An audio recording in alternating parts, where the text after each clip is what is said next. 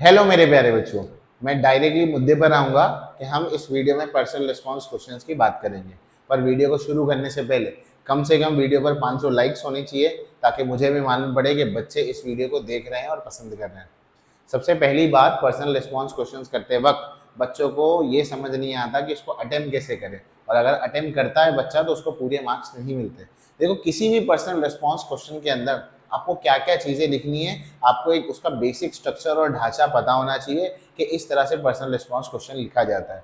देखो, पूरे इंग्लिश के अंदर ग्रामर और वोकैबुलरी, हर आंसर और हर राइटिंग स्किल, हर क्रिएटिव राइटिंग सब में चेक किया जाएगा, और वही चीज़ आंसर में भी चेक करेंगे। तो पर्सनल रिस्पॉन्स क्वेश्चन में भी ग्रामर और वोकैबुलरी तो चेक हो गई। इसके अलावा पर्सनल रिस्पॉन्स क्वेश्चन का बच्चों एक बेसिक स्ट्रक्चर होता है जो मुझे लगा कि हाँ ऐसे होना चाहिए, तो मैं आपको ये बताने जा रहा हूँ। देखिए इसको ध्यान से। पर्सनल रिस्पॉन्स क्वेश्चन का बच्चों एक बेसिक स्ट्रक्चर ऐसे दिखाई देना चाहिए: ओपिनियन, एविडेंस एंड कनेक्शन। क्या मतलब इसका? कोई भी पर्सनल रिस्पॉन्स क्वेश्चन लिखो तो इन 3 पॉइंट्स को कवर करने की कोशिश करना है। तीनों कवर हुए तो बेहतर है, अगर 2 कवर हुए तो भी ठीक है, पर तीनों कवर करने की कोशिश करनी ही है उसके अंदर। जैसे कि सामने आपको एक आंसर दिख रहा है, इस सवाल का क्वेश्चन ये है कि स्टीव जॉब्स का कैरेक्टर स्केच लिखना है। स्टीव जॉब्स के बारे में आपको उनके कैरेक्टर से क्या मालूम पड़ा, पैसेज से लिखना है। स्टीव जॉब वाला लेसन तो पता होगा, कनेक्टिंग दी डॉट्स के बारे में बात कर रहा हूँ। सबसे पहले तो वीडियो को पॉज करके खुद से आंसर पढ़ लो कि स्टीव जॉब का कैरेक्टर स्केच क्या है। ठीक, पढ़ लिए? अब देखो ध्यान से, पहले आंसर को देख लो। यहाँ पर क्या दिया? From the information given in the passage it appears that Steve Jobs has a thirst for knowledge. सबसे पहले आपने ओपिनियन दे दिया कि मुझे ऐसा लगता है कि स्टीव जॉब्स को क्या है, Steve Jobs has a thirst of knowledge, उन्हें एक थर्स्ट ऑफ नॉलेज है, नॉलेज की हंगर है उन्हें, ये आपका ओपिनियन है।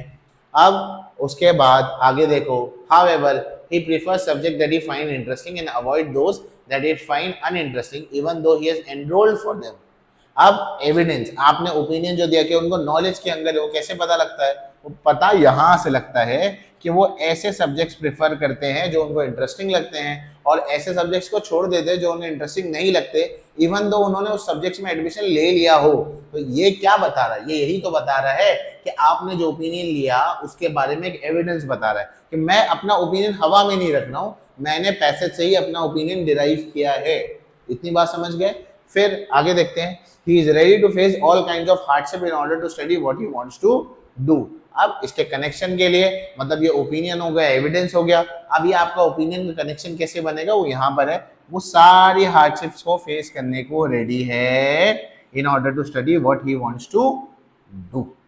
ठीक है, तो इस तरह से ये इसका कनेक्शन बन गया कि आपने जो बोला उसके लिए वो क्या कनेक्ट कर पा रहा है। तो सबसे पहले आपका ओपिनियन, ओपिनियन के पैसेज जो आपको जो एविडेंस मिलता है वो, और तीसरा कनेक्शन है। तो कनेक्शन जरूरी नहीं कि पूरी, मतलब पैसेज में इतनी इंफॉर्मेशन नहीं होती कभी कभी कि पूरा कनेक्शन बना पाए, तो एटलीस्ट ओपिनियन और एविडेंस तो होना ही चाहिए।